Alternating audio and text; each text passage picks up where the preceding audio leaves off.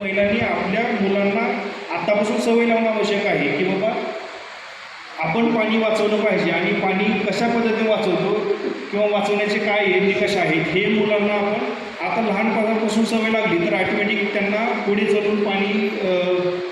बचतीची सवय लागेल आणि प्रत्येक थेंब आपल्याला कशा पद्धतीनं वाचवता येईल आणि प्रत्येक थेंब आपला कसा महत्त्वाचा आहे हे आपल्याला त्यांना पटवून दिलं पाहिजे. जनतेला असेल किंवा सगळ्या विद्यार्थ्यांना असेल आणि आपण ते अगोदर महत्त्व त्याचं पटवून घेतलं पाहिजे. आपल्याला महत्त्व पडलं तर आपण बाकीच्यांना सांगू शकतो आणि आपण त्या पद्धतीनं काम चालू केलं तर पुढे बाकीच्या गोष्टी होऊ शकतात. त्यासोबतच ज्या काही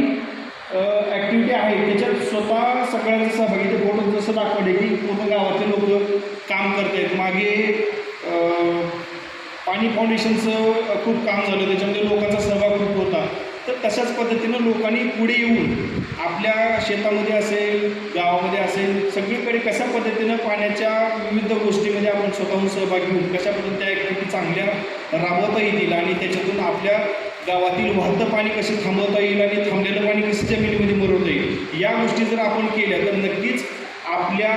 शेतीसाठी असेल किंवा पुढल्या पिढीसाठी असेल आपण चांगल्या पद्धतीनं पाण्याचा साठा करून आपण ठेवू शकतो. कारण की पाण्याची पातळी खूप खाली गेली आणि आपण मला म्हटलं तसं